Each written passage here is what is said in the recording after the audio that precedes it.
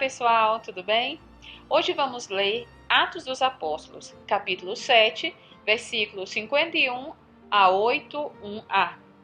A narração da leitura de hoje é parte de uma história que inicia no capítulo 6, versículo 2, onde os 12 haviam convocado os discípulos para escolherem 7 homens que davam testemunho e eram cheios do Espírito Santo e de sabedoria.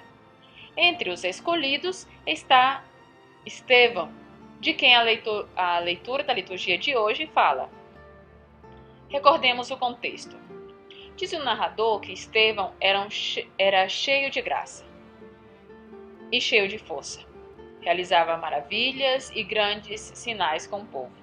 E isso incomodou, e chegaram ao ponto de subornar alguns homens para divulgar que Estevão estava blasfemando contra Moisés e contra Deus.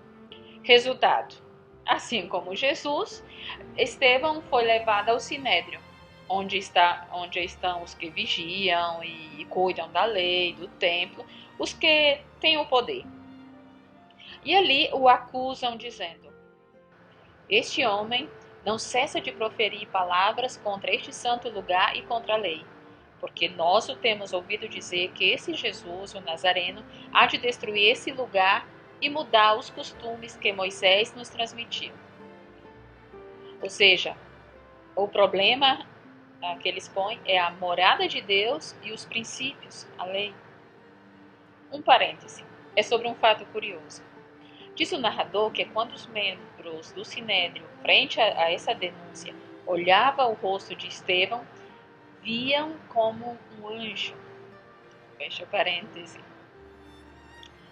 Vamos aqui resumir o discurso de Estevão, mas fica aí a tarefa de ler todo o capítulo, tá? Praticamente, Estevão faz memória da fidelidade de Deus, recorda que Abraão já adorava a Deus fora da Terra Santa, da mesma forma José no Egito, recorda que Moisés lutou contra a resistência do povo durante o processo de libertação.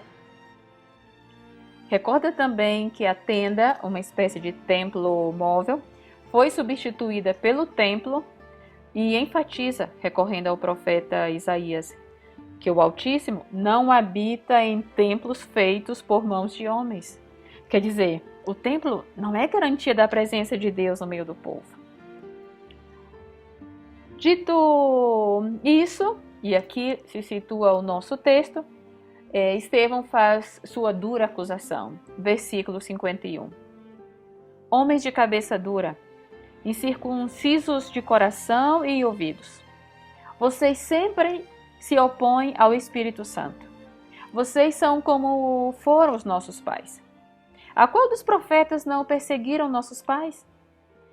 Até mataram os que anunciaram a vinda do justo, do qual vocês agora tornaram-se traidores e homicidas. Vocês que recebestes a lei por meio dos anjos, lembra que eles viam o rosto de Estevão como um anjo? Vocês que recebestes a lei por meio dos anjos e não a observaram. Quer dizer, Estevão interroga: como assim me acusa de abolir a lei se vocês são os primeiros a não escutá-la? Preocupar-se com a destruição do templo, se já existimos sem o templo? Ou melhor, o templo nem é a moradia de Deus. Certamente são acusações muito pesadas.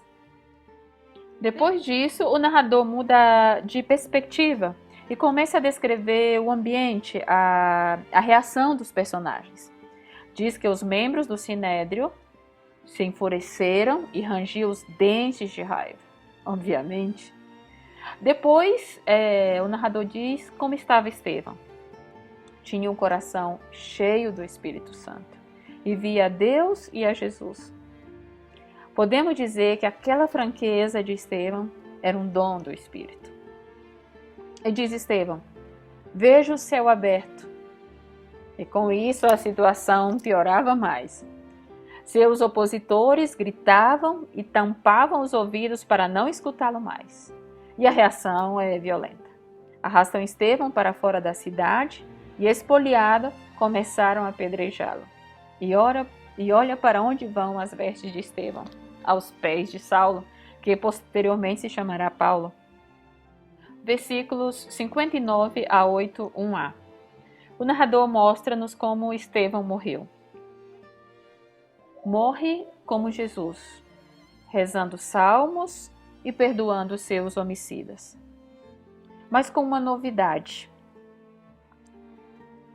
Morre acompanhado. O seguidor de Jesus morre com Jesus. Estevão diz que o vê e fala com ele: Senhor, recebe meu espírito. E conclui o narrador que Saulo viu isso.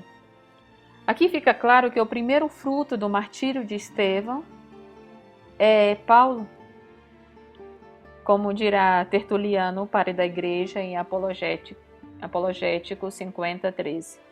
O sangue dos mártires é a semente dos cristãos. Agora, após essa leitura, gostaria de refletir apenas sobre uma questão: o templo.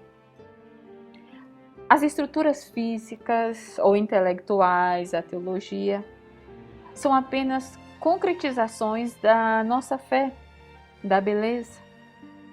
Lembremos que Abraão já adorava a Deus em terra dos caldeus, sem tenda, sem templo. Deus é muito maior. Não se trata aqui de tirar a importância dos lugares sacros, mas se trata de reforçar com Estevão que quando a estrutura de simulacro leva a atitudes idolátricas de poder, isso é um problema. A contemplação da lei, a contemplação do templo, não é a imagem de Deus. Jesus é a verdadeira imagem de Deus. Jesus é o templo e nós o templo onde habita o Espírito. E por fim, gostaria de sugerir uma canção de Silvio Rodrigues, Um Ángel para um Final, que ao meu ver foi aquele rosto de anjo de Estevão para os membros do Sinédrio. Um abraço e boa meditação.